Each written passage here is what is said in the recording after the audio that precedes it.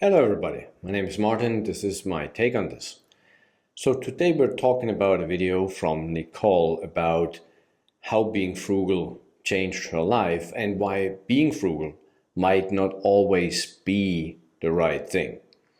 So before we start, I'm actually also more on the frugal side. I think I mentioned before, for the last 2 years I lived in like smaller apartments just so I can save more money and not spending as much as I otherwise would do, right? I also lived in areas that were kind of remote, so there was not really much to do, and due to that, it was good for my bank account at the end. However, and she will explain that too, it's not always the best to be frugal all the time and for everything. There are things that you really need to do, that you should do to make you happy. That is actually the most important thing, that you're happy at the end. And being frugal kind of needs to you need to come to a point, let's say, right? It doesn't make sense to be frugal all the time. Usually you want to be frugal till you reach a point where you saved enough money to, let's say, buy the house, buy a car, or something like that, right? And so with that, it doesn't make sense to still be frugal once you have all that, because otherwise you miss out on life. And life is just so much more important than just being frugal. And I know from where I'm from, frugality is kind of baked into our culture, let's say. We save money like left and right, like you see right here. And it's just often not really good for your mental health, to be honest. It just doesn't make sense all the time, because you miss out on life in so many different ways. You're not doing what you really want to do. You're not enjoying what you really want to do. You're not starting this hobby that you always want to do, or you're not moving somewhere you always want to move, because you always think, oh, that costs too much money, it's too much effort and stuff like that, right? So at the end, being frugal is okay and is maybe necessary to come to a goal that you need in order to, let's say, end your frugality. There's nothing wrong with making sure you're not wasting your money, and I talked about that before, don't waste your money. But there's also the point where it's kind of the frugality too much, right? So you have to find a middle way. So let's see what Nicole has to say about this. For a long time, I lived pretty frugally. I meticulously tracked every penny I made or spent. I only bought groceries that were on sale. I'd wear my clothes until they literally fell apart. And I spent 5 years sitting on what must have been the world's most uncomfortable couch.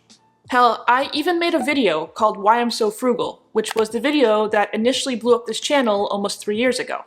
To be honest, being frugal didn't really bother me all that much at first. I didn't really feel like I was missing out on a lot. Like, all my basic needs were met, and my life was pretty simple, and I was pretty content overall. I saw frugality as a tool or a strategy to get the things I wanted most in life by choosing to sacrifice the things that were less important to me. I don't think that's all that unreasonable. And straight up, No, I think she's right. It's not that unreasonable. If you have a plan, if you have a goal, I think being frugal is actually a very good way of reaching that goal. And I think a lot more people should actually be more frugal in order to reach that goal. It just helps you so much. Once you're there and you have reached that goal, you're actually way more happy than you could ever been. You know, as said, you have been frugal maybe to buy a house or to buy that dream car you always wanted, go on that dream vacation or something. You should never really finance these things besides maybe the house. But other than that, you should really pay for them outright. Only then you're really happy about it. Just think of it, you go on a cruise and the whole thing costs you $5,000, and then you pay the next 2 years on it, and you get extra bills and things like that because you did pay too late and stuff like that. And then the whole point of having that vacation that you liked so much kind of goes down the drain. So it's best to actually be frugal, to save for these things, but to have a goal in mind and not just save for the heck of it. it's a great strategy. It works. For me, my main motivation from the start was to lessen my reliance on my job. I always hated working. So when I thought about my options, which were A, to work hard and a lot and make as much money as possible so that I could then just spend it on whatever I want, or B, to live frugally, stretch every dollar, keep my expenses low, and minimize how much I had to work, option B sounded far more appealing. There was no car or clothes or vacation in the world that I felt was worth having to work my life away for. I just never really valued that stuff all that much, and I really still don't. So I figured the less money I spent, the more I could save, and the sooner I could be free. Frugality seemed like a cheat code to escape the rat race as soon as possible.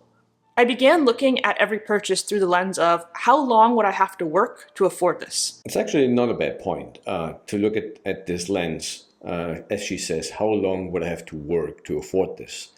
I kind of actually do the same thing in the back of my mind. I often calculate these things. How long would I have to work for this? So it often might not make really any sense to buy this item or do this thing that you kind of want to do, and then overall you just have to pay for it in hours and hours and days of work. So I get her point, and I think it's actually a valid point. It just depends on what is your end goal. That's the main thing, why you actually want to do this. If there's no goal, frugality is more kind of how would I say, you're kind of locked into something, and something that is maybe more hurting you than doing you any good. So as said, the important part is the goal. If you don't have a goal, frugality kind of doesn't really make too much sense, besides not wasting money. And when I did that, I could usually talk myself out of anything, especially because I wasn't even earning that much at the time. If I was making $12 an hour, let's say, a pair of shoes could easily be an entire day of work or more. I mean, even at $20 an hour, a single meal out at a restaurant would be like 2 to 3 hours of work. And you know what tastes better than a veggie burger and a pint from a shitty chain restaurant? 2 to 3 hours of not being at work. But in truth, it wasn't even really about the low pay. It was about what I had to do to get those few bucks. I hated being forced out of bed early in the morning. I hated having to spend my entire day hanging around people I didn't like and doing things I didn't really want to be doing. And I hated the fact that when all was said and done, I barely had any time or energy left to do the things that I wanted to do. Yeah, that is a pretty good point. That's how we actually mainly live, to be honest. Most people, once their day at work is over and you come home, you're just so done for the day. You don't really want to do nothing. So your life mainly passes by. You're not able to do nothing anymore. You just want to, lay down on the couch, maybe watch a movie or something, and then just go to bed. And you do the same thing day in, day out. And it's not really life. It's just being. Then that's not what you really want. You want to enjoy life. You want to be happy. That is important. So her frugality at the end helped her to achieve exactly that. That's what the goal actually is, being frugal. Felt like I had no control over my life. My plan was to save as aggressively as possible in the short term so that I could retire early, or at least drop down to just part-time work in a few years and take back my life. So yeah, frugal living made sense. It helped me save a lot of money. It taught me discipline. It worked for me. Until it didn't. What happened over time was that I was saving a good chunk of money every month, but when I did have time to myself, I found that I wasn't really enjoying it in the way I had hoped, because doing anything that involved spending money caused me anxiety. I was reluctant to pick up new hobbies if that meant having to buy any equipment or pay for classes of some sort. If I went out to dinner with friends, I would feel guilty about it the next day, knowing that one meal cost me as much as like an entire week's worth of groceries. Basically, spending money on anything that wasn't truly necessary made me feel like I was dragging myself further from the finish line that I had been racing towards. And I wanted to cross that finish line so badly. But at the same time, choosing not to do the things I wanted to do in effort to save money made that finish line feel kind of meaningless. I didn't want to spend my entire life miserable at work, but I also didn't want to sit around at home doing nothing all the time. I felt like I was caught between a rock and a hard place. What a weird expression. So anyways, I started asking myself some questions. Questions like, if money was no object, how would I want to spend my free time? And what exactly is it about working that I hate so much? And is there a world that exists where I could find balance, where I could maybe somehow make work less soul-sucking so that I didn't feel so desperate to get away from it, and where I'd be able to spend money a bit more freely on the things I enjoy? After a lot of reflection, I realized that self-employment was the obvious first step. While being your own boss isn't necessarily a guarantee of sunshine and rainbows, it does immediately eliminate certain miseries.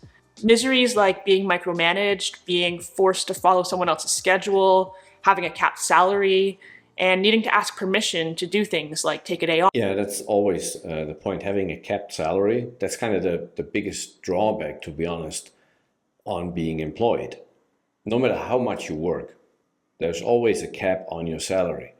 Whereas if you're self-employed, there is the possibility that you can scale your work or what you do and maybe employ other people and whatever it might be, but you can scale it. So the 1 hour that you would get $20, $30, $40 at a regular job could easily then make you maybe $300, $400, $500 in that hour.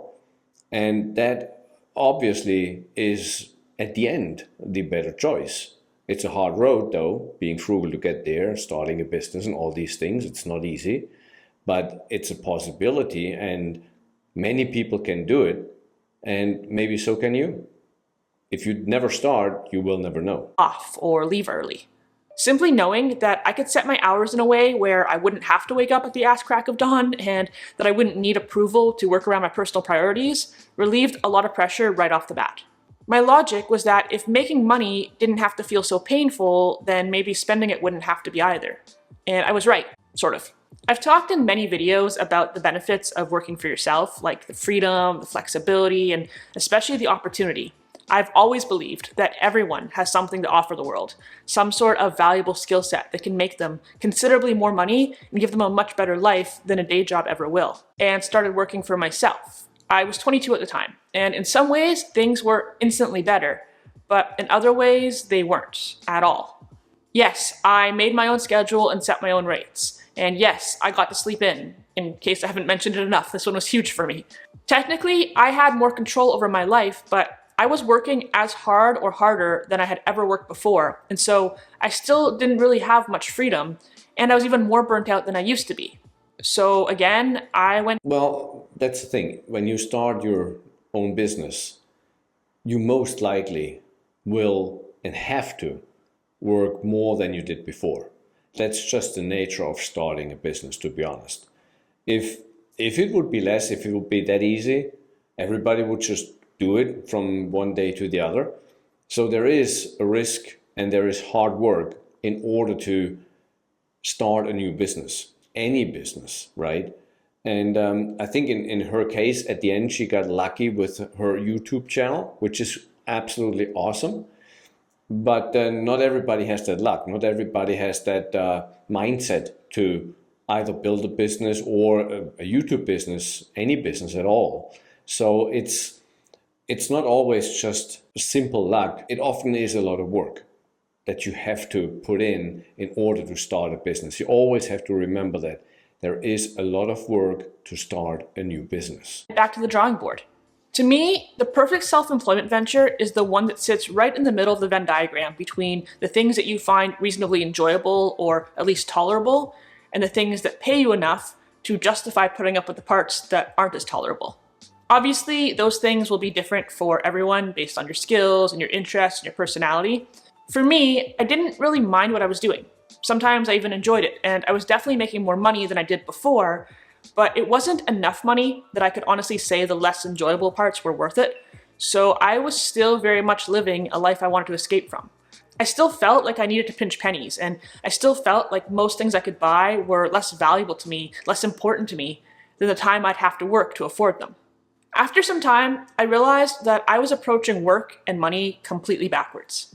My entire life, I had been searching for a job I could get or a business I could start that would allow me to avoid certain things. Again, early mornings, micromanagement, etc. Like, I knew exactly what I didn't want in my life, but I had never asked myself what I actually did want. When I thought about it, I realized that I'm happiest when I have variety in my week, when I can feel productive without the monotony of doing the exact same thing day in and day out. I enjoyed being... Yeah, that's a very good point. So whatever job you want to do, business you want to do, it should be something that you really enjoy doing. Otherwise, it kind of doesn't make really any sense. Yes, you can just say, well, I have an awesome business idea that makes me ludicrously rich. Obviously, you wouldn't say, well, it doesn't matter if I'm happy with it or not, because I get ludicrously rich.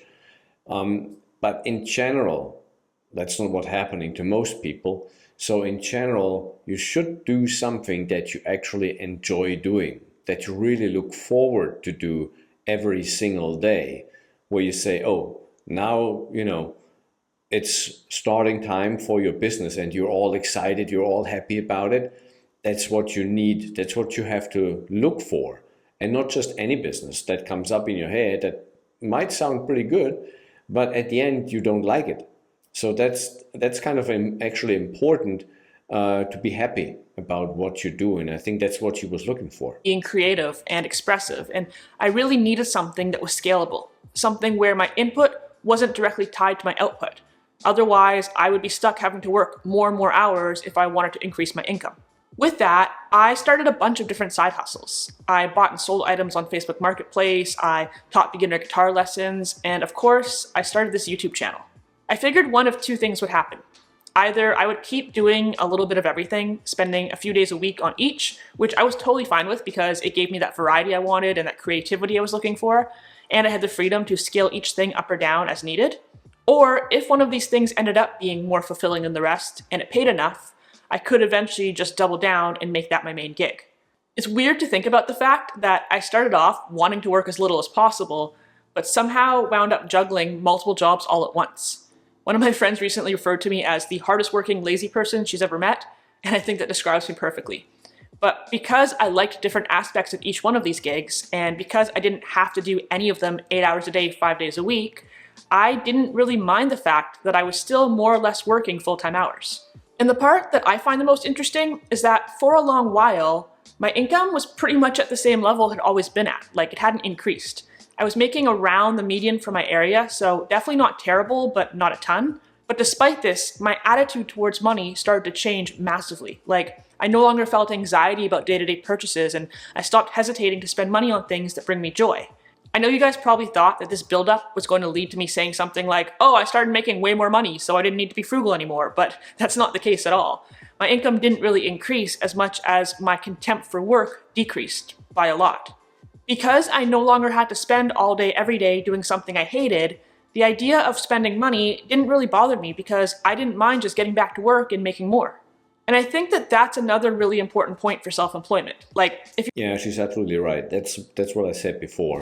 You have to love what you do. If you're at that point that you say, well, I spend $1,000 on this awesome TV, for example, but I don't mind because what I'm doing to earn that money, I'm really happy about it. And so I actually don't mind to maybe even add some more hours to it to do that work because I like doing it. That's the important part. Once you have that, time really doesn't matter that much how much time you spend. You might spend 10, maybe even 12 hours a day, but you like doing it. That is actually kind of a very, very important part. you're a salaried employee, you make what you make and that's it. But when you work for yourself, no matter what you do, you will pretty much always have the opportunity to make more money if you need or want to.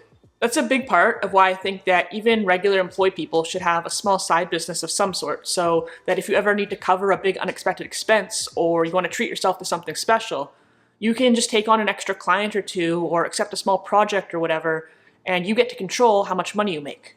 So obviously, in the time since all of this, YouTube has more or less become my main job now, which is really cool, and I'm really grateful. But as I said, it wasn't necessarily my plan, it wasn't necessarily my intention, and I didn't really think it was a possibility if I'm being honest. But it became that thing that I enjoyed more than the rest, and that eventually presented itself as a viable source of income.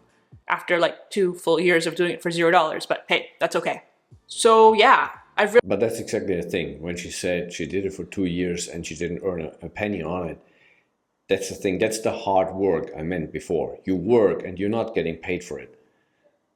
That's just how things are when you start a business. That's just how it is. And that's okay, because it actually hardens you for your business. It helps you to be more and more professional over time, to not waste money and time in your business, because you see, oh, if I do this and this and that, I can do this and that faster, or I can maybe improve on doing this, and so on. So it actually helps, but you have to have actually some sort of, let's say, money on the side, or you have still some other income sources in order to do it. That's the important part, because if you kind of just have to do it because you lost your job and you don't have any money on the side, you will be struggling. Realize that the ability to let go of a scarcity mindset comes not necessarily from making more money, but from making money in a way that you enjoy, or at least that you don't hate, from living a life that you don't feel the need to run away from. Even if you only make a modest income, it doesn't seem so stifling when it doesn't come at the cost of your sanity. I would definitely still say that I'm somewhat frugal, or at least conscientious about my spending. I still don't like to be wasteful, and I don't think that would ever change even if I was super rich. I still stock up on things when they're on sale. I still shop around and compare prices, especially for larger purchases. I still don't have Netflix or Spotify or Amazon Prime or any of that crap. I still cook 99% of my meals at home. I cut my own lawn and I clean my own house. And I still track my spending just like I always have. To be honest, I think that's actually very, very important. I actually made a video about this just before, and we are so accustomed to convenience. And because of that convenience, we actually kind of don't really know anymore how to do these things on our own. There's no problem to mowing the lawn yourself. I had a house in Florida like 2-3 years back or 4 years back, and it had a good sized lawn, and I mowed it myself. All my neighbors, obviously, they had somebody coming like once a week mowing their lawn. I always mowed it myself. I just didn't want to pay like the $60 or $80 or whatever they charge a month to mow that lawn. I didn't see the need for it, because it's like, yeah, I'm out there for an hour or two doing this. I enjoy my time. That's perfectly fine. The thing is, if these people actually would use that time wisely that they save, you could say, yeah, it makes sense. But most of the time they don't. And that's kind of, counterproductive, really. And so I always say you kind of should try to do a lot of those things yourself, because there will be a time, and the time is actually right now in America, where people just so strapped with money that they're not able to afford things any longer, so that they have to do these things themselves. And many just don't even know anymore how to do these things.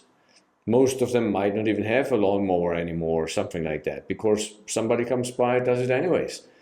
So it's kind of a deeper struggle in society to rely on all these third-party services that we have every day.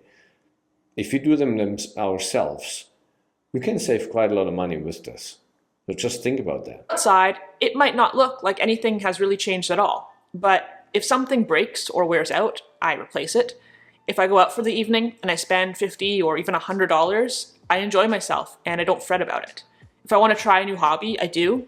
And yes, I did ultimately get rid of that terrible couch and get a new one. What has changed is the way that I view money and work and life as a whole. After talking to some other people about this, I've come to realize that my experience isn't at all unique.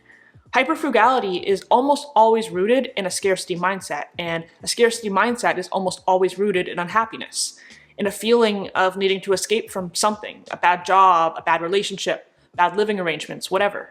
But when you start focusing on what you want rather than what you want to run away from, everything changes. And that's true for everything, not just your finances. Yeah, so the original link will be down below for this video.